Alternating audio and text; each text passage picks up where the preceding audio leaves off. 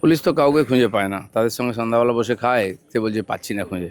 সব জায়গায়, আমার এখানে মেদিনীপুরে এই সমস্যা আছে। তো পুলিশের অভ্যাস না পাল্টালে তো পাবলিক পাল্টে দেবে। শুরু হয়ে গেছে কেন বিভিন্ন জায়গায়। পুলিশের অনেক দিন ধরে এই ধরনের বদভ্যাস হয়েছে, মিথ্যা কথা বলা, নেতাদের সঙ্গে গা ঘষে ঘষে চলা, চোর ডাকাতদের সঙ্গে শেয়ার করা, এগুলো পাল্টানোর দরকার আছে। পাবলিক যেভাবে অ্যাগ্রেসিভ হয়ে বেরিয়ে আসছে, তারপরে কে কাকে বাঁচাবে? পুলিশ লোককে বাঁচাবে, পুলিশকে কে বাঁচাবে? পুলিশের সাবধান হওয়া উচিত। যা ঘটনা ঘটছে চারদিকে, লোক খেপে গেছে এতদিন অত্যাচার সহ্য করতে করতে। তার সব জায়গায় অপরাধের সঙ্গে পুলিশ জড়িয়ে আছে, সে খবর আসছে আমাদের কাছে। কেন পুলিশ নিজের দায়িত্ব পালন করুক, নালে জনরোষ এমন হবে যে কেউ কাউকে বাঁচাতে পারবে না। অবশেষে আইনি নোটিশের উত্তর দিলেন অভিষেক বন্দ্যোপাধ্যায় হরিশ মুখার্জি রোডের বাড়িতে কলকাতা পুলিশ গেছিল গতকাল সোমবার দুপুরে। সেখানে হাজির হয় কলকাতা পুলিশের আরেকটি টিম, তাদের আসবাবপত্র নিয়ে। যেখানকার কিছু অনিয়ম আছে সেখানে নোটিশ দেওয়া হয়েছে, তার সঙ্গে সঙ্গে বাকি যে কাজ আইনগতভাবে সেটা পুলিশ করবে, তার সে অধিকার আছে।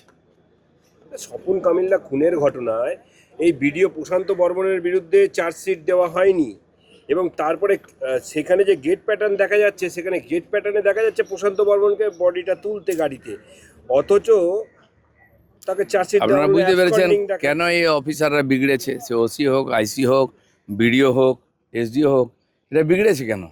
এদেরকে ব্যবহার করা হয়েছে খারাপ কাজে, আর ধীরে ধীরে ওটাকে ওরা স্বাভাবিক মনে করেছে। বেআইন এটাকে আইন মনে করা, নিজের অধিকার ফলিয়ে সব জায়গায় সুবিধা নেওয়া, সব জায়গায় সাধারণ মানুষ বঞ্চিত হয়েছে, অত্যাচারিত হয়েছে। এখন তো কমপক্ষে ঠিক হওয়া উচিত, নাহলে এদেরকে গ্যারেজ করা হবে সব কটাকে, বা আইনের হাতে দিতে হবে। চলো, হয়ে গেছে। ভয়াবহ অবস্থায় রয়েছে লেকটাউনে মেসির মূর্তির নিচে থাকা ভিত ধীরে ধীরে ক্ষয়ে যাচ্ছে। টিএমসি সরকারের বিদ নড়ে গেল, তো মেসিও নড়ে গেল।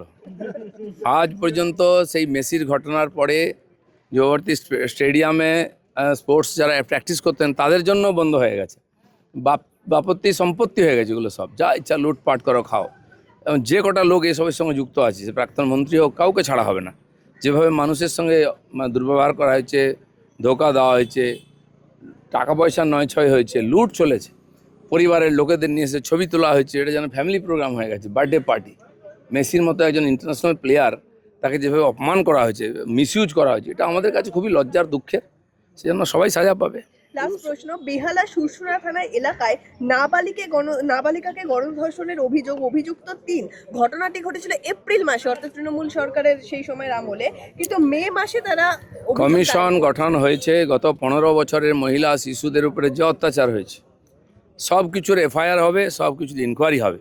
সেজন্য যারা যেখানে পীড়িত হয়েছেন ভয়ে তখন কমপ্লেন করতে পারেননি, এখন আসুন পুলিশের কাছে যান, কোর্টে যান, কমপ্লেন করুন, সব কিছুর সুবিচার হবে।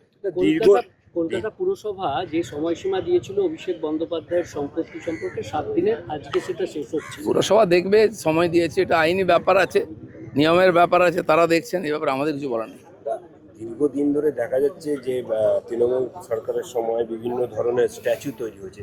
সেই স্ট্যাচু তৈরি করতে গেলে যে সকল পূর্ত দপ্তরের আইনানুগ অনুমতি নিতে হয়, সেসব অনুমতির ব্যাপার নেই, হিসাবের ব্যাপার নেই। যেখানে সেখানে স্ট্যাচু বানানো হয়েছে কেবল পয়সা কামাবার জন্য। একটা ফাইবারের স্ট্যাচু করে দিয়ে লক্ষ লক্ষ টাকা লুট করা হয়েছে। কত টাকা খরচা হয়, কি হয়? তাও সরকারি জায়গায়, সরকারি খরচে পাবলিকের কাছ থেকে টাকা তোলা হয়েছে, দেদার লুট হয়েছে। সেখানে সব কটাই ইনকোয়ারি হবে।